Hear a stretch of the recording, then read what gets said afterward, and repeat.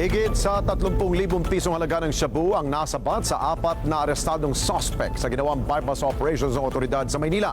Isa sa mga suspect, napag-alamang wanted pa na ito sa kasong murder sa Laro del Sur. Jim Tejano sa balita.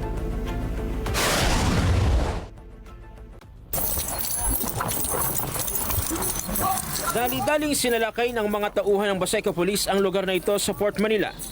Pagpasok sa eskinita, kapansin-pansin na napakasikip ng daan sa lugar. Nang matunto ng lokasyon ng mga target sa operasyon, dahan-dahang pinasok ng tropa ang bahay ng umano'y tinutuluyan ng 4 na sospek na sangkot sa ipinagbabawal na gamot. Mga bata, pasok po kayo. Pasok po mga. Bumulaga sa mga pulis ang masikip at magulong kwarto ng mga sospek. Daba. Nang mahalughog ang kwarto, nakita ang 2 baril at isang water pipe na gamit umano ng mga suspect. Kapag bumabatak ang mga ito, aminado ang 4 na dati na silang gumagamit ng iligal na droga. Pero Katunayan po sa amin po, wala pong nako sa akin ng drugs po.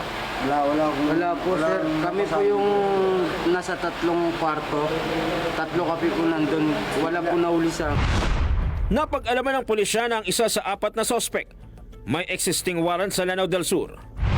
A week after, pumunta yung informante natin, yung kamag-anak niya or yung pinsa niya. Sinasabi niya na yung nahuli ng mga kapulisan natin sa bypass operation at nahulihan din ng baril ay mayroong kaso na murder sa Marawi.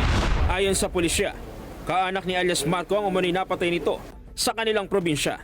Nangyari ang pamamaslang nito lamang nakaraang taon. Nagpalit pa umano ng pangalan para taguan ang nagawang krimen. Yes, unang-unang kinakaharap niyang kaso ay yung violation ng RA 9165 sa illegal drugs, sa RA 10591, illegal possession ng firearms. At syempre, meron siyang kaso na murder, yung meron siyang warrant. And lastly, magpa-file din tayo ng illegal concealing true name. Concealing true name kasi hindi niya sinabi yung totoong pangalan niya nung nahuli siya.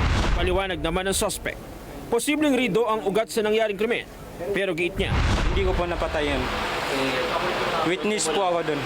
Hindi po ako nagpalit ng pangalan. Sila pong nagkamali po sa paglagay nila ng pangalan ko sa warrant po. Pag-iusap ko lang po sa mga kamag-anak ko at masasabi ko sa mga kamag-anak ko, nag-aakusa po sa akin. Sana po malaman niyo po yung totoo. Jim Tejano, para sa mata ng Agila, matatag, matapang, matapat.